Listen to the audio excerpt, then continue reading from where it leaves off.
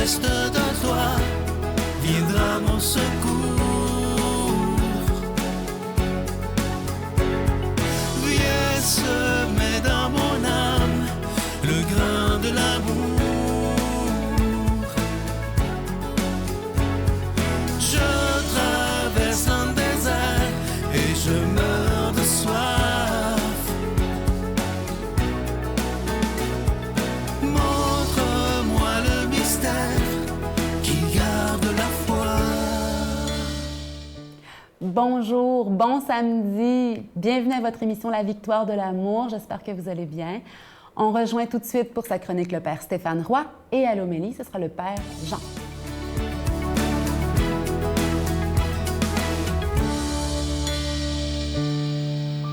Bonjour à toi, bienvenue à cette chronique sur les chemins du cœur.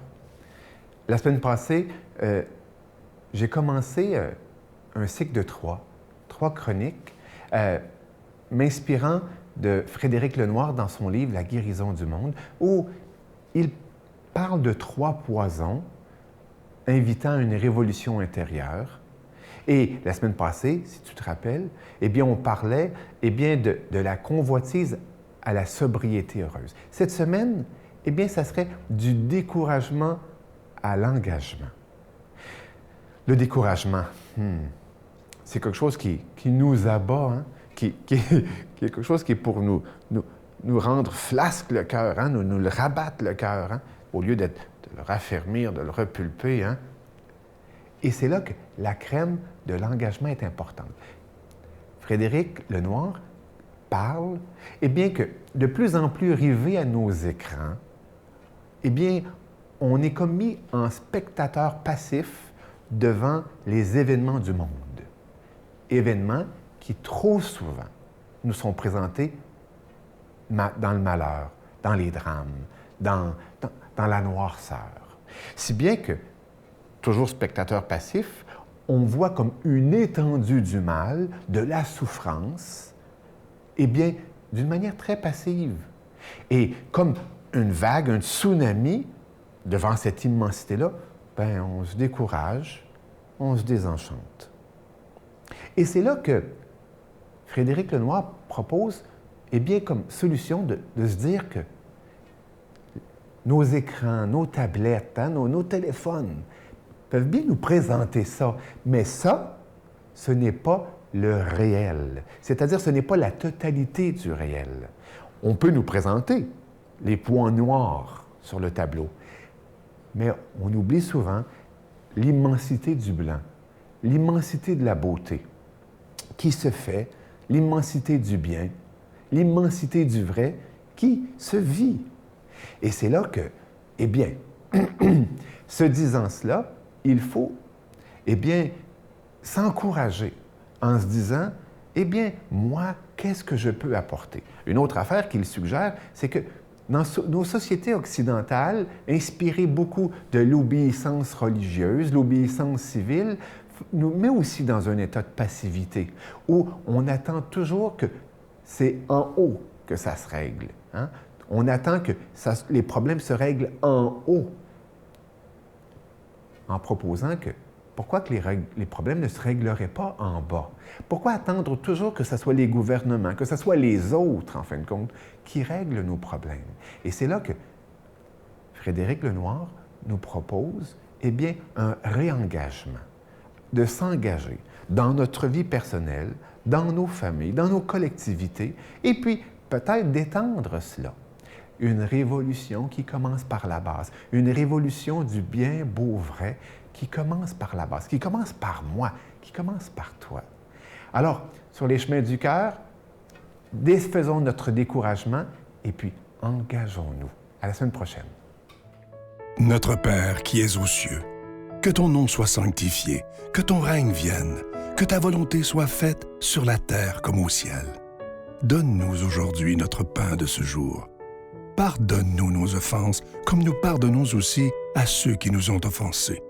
Et ne nous laisse pas entrer en tentation, mais délivre-nous du mal, car c'est à toi qu'appartiennent le règne, la puissance et la gloire pour les siècles des siècles. Amen. La Victoire de l'amour vous invite à sa retraite spirituelle les 20, 21, 22 mai 2022 sous le thème Gratitude. En compagnie du Père Michel-Marie Geneviève Côté, des docteurs Marie-Camille Duquette et Nicolas Michaud, Miguel Padilla et Sylvain Charon, invité spécial Christine Michaud, à l'hôtel et suite Le Dauphin de Drummondville. Réservé au 514-523-4433, sans frais 1-888-811-92-91. Voir le beau, apprécier le bon et faire le bien. Je suis tellement content de vous parler de ce magnifique cadeau du mois de janvier. Une belle exclusivité de la Victoire de l'amour. Il a été fabriqué sur mesure pour nous. Alors, il s'agit du chapelet de l'Espérance. Il est en cristal et en cristal bleu et il est déjà béni. Ça se donne très, très bien en cadeau. Vous le recevrez avec un don de 25 et si vous en voulez deux, avec un don de 40 et vous remarquerez les détails de la croix, à quel point c'est beau et les détails du visage de Marie. C'est absolument magnifique. C'est vraiment un chapelet d'une grande qualité. Je vous donne l'adresse. La Victoire de l'amour, case postale 120, succursale Boucherville à Boucherville, le J4B5E6, je vous la redonne. La Victoire de l'amour, case postale 120, succursale Boucherville à Boucherville, le J4B5E6. Également par téléphone, par carte de crédit du lundi au vendredi de 8h30 à 16h30 dans le 514-523-4433, 523-4433 ou sans frais le 1-888-811-9291, 1-888-811-9291 et aussi sur notre site Internet. Vous savez que c'est une façon très rapide, sécuritaire et efficace de faire votre don parce que notre site, il est sécurisé, donc il n'y a aucun danger. C'est le www.lavictoiredelamour.org. Alors, je vous rappelle le cadeau du mois. Il s'agit du chapelet de l'Espérance. Il est en cristal et il est déjà béni. Et je vous rappelle aussi que si vous désirez, parfois il y a des gens qui disent « Bien, moi, j'aimerais aussi avoir un cadeau des années passées ». Il s'agit d'aller voir sur notre site Internet dans la section à droite. Vous cliquez sur cadeaux et vous allez avoir toute la liste des cadeaux qui sont disponibles. Alors, merci de tout cœur de ce que vous faites pour la Victoire de l'amour parce que dans un mois, exactement un mois, ça fera déjà 27 ans, imaginez, que cette œuvre existe.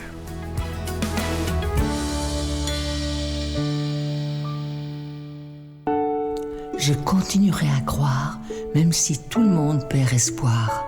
Je continuerai à aimer, même si les autres parlent de haine. Je continuerai à construire, même si les autres détruisent. Je continuerai à parler de paix, même au milieu d'une guerre. Je dessinerai des sourires sur des visages en larmes et je tendrai les bras à ceux qui se sentent épuisés. Oui, je continuerai à croire.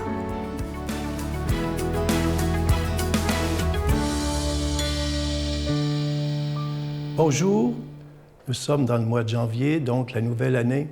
Je veux vous offrir à tous et à toutes une heureuse année et aussi beaucoup de bonheur et de santé dans l'amour de Jésus. Aujourd'hui, l'Évangile, le message de Jésus nous est proclamé par saint Marc.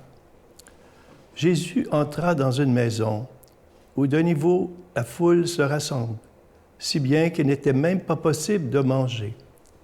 Sa famille, l'apprenant, vint pour se saisir de lui, car il affirmait « Il a perdu la tête ». Acclamons la parole de Dieu. Ce n'est pas un grand évangile, si vous avez bien remarqué.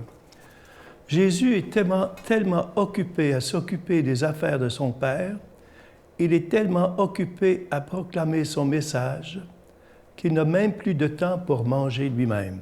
À un moment donné, il a même dit « Je n'ai pas d'endroit où reposer la tête ». Mais là, voilà que sa famille va essayer de lui parler, d'arriver à le prendre pour qu'il vienne manger. Et là, devant l'impossibilité de l'atteindre, eh bien, ils ont dit « Il a perdu la tête ». Je ne sais pas si vous avez déjà été incompris par des membres de votre famille. Jésus est incompris par les membres de sa propre famille. Il a perdu la tête. Je pense que des fois, dans des décisions qu'on peut prendre, des choix qu'on fait, on peut être aussi soit incompris ou même rejeté par des personnes. J'ai une personne que je connais qui est entrée au Carmel et sa famille n'a pas compris son geste, tellement que son père a refusé de la voir au Carmel. Voilà quelqu'un qui a été incompris. Jésus a été incompris, non pas simplement par sa famille, mais il a été traité de fou, d'ivrognes et de gloutons, parce qu'il mangeait sur les places publiques avec des pécheurs, des pécheresses. Il buvait, puis il mangeait avec eux. Il a été traité aussi d'une personne qui était blasphématoire, parce qu'il disait « Je suis le Fils de Dieu » ou qu'il pardonnait les péchés. Il a été incompris des scribes, des pharisiens, et même de ses disciples. De ses disciples, à un moment donné, il leur a dit que votre cœur est lent à comprendre.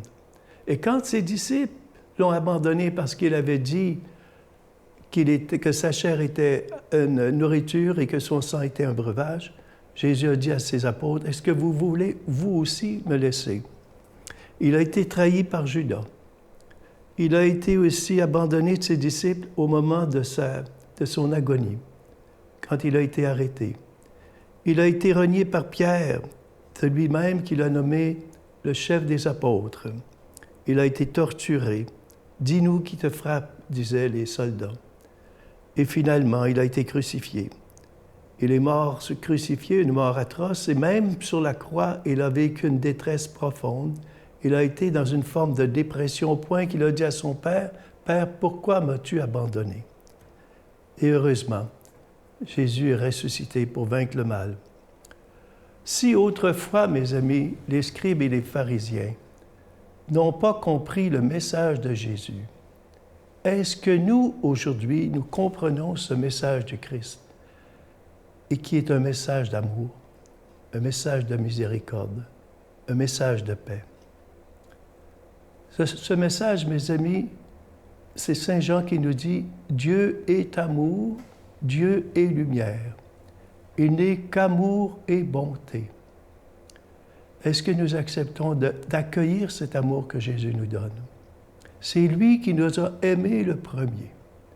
Il est un séducteur qui nous poursuit de son amour, même si nous sommes dans le péché le plus profond. Il ne cesse de nous regarder, de nous dire « je t'aime » et de vouloir nous aider à nous en sortir. Il nous aime passionnément, d'une façon exclusive. Et aussi, il nous aime parce que son amour, il est impossible qu'il ne puisse pas nous le donner, parce qu'il est amour. Le pape François, le pape Jean-Paul II disait « Le dernier mot de Dieu n'est jamais le jugement, la condamnation, la punition, mais le pardon et la miséricorde. » Est-ce que nous croyons vraiment dans ce message de miséricorde de Jésus? Est-ce que nous acceptons d'accueillir cet amour, comme je l'ai dit tout à l'heure, mais aussi d'accueillir son pardon, parce que son pardon est donné d'une façon totale. Il ne nous regarde pas de travers, mais il nous regarde avec une tendresse infinie. Alors, sur la croix, Jésus a dit, « Seigneur, pardonne-leur parce qu'ils ne savent pas ce qu'ils font. » Alors il nous dit à chacun et chacune de nous, « Seigneur, pardonne-leur parce que je les ai aimés jusqu'au bout, c'est-à-dire jusqu'à une mort d'amour. Amen. Je vous bénis au nom du Père, du Fils et du Saint-Esprit. Amen. » Je vous salue Marie, pleine de grâce. Le Seigneur est avec vous. Vous êtes bénie entre toutes les femmes, et Jésus, le fruit de vos entrailles, est béni. Sainte Marie, Mère de Dieu, priez pour nous pécheurs, maintenant et à l'heure de notre mort. Amen.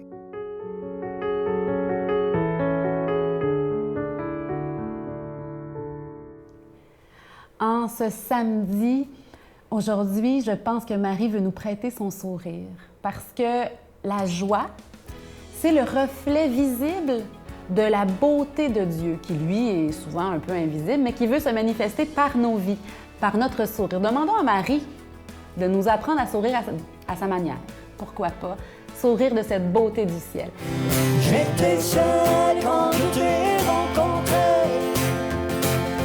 puis tu m'as tendu la main, je t'ai suivi sur ton chemin.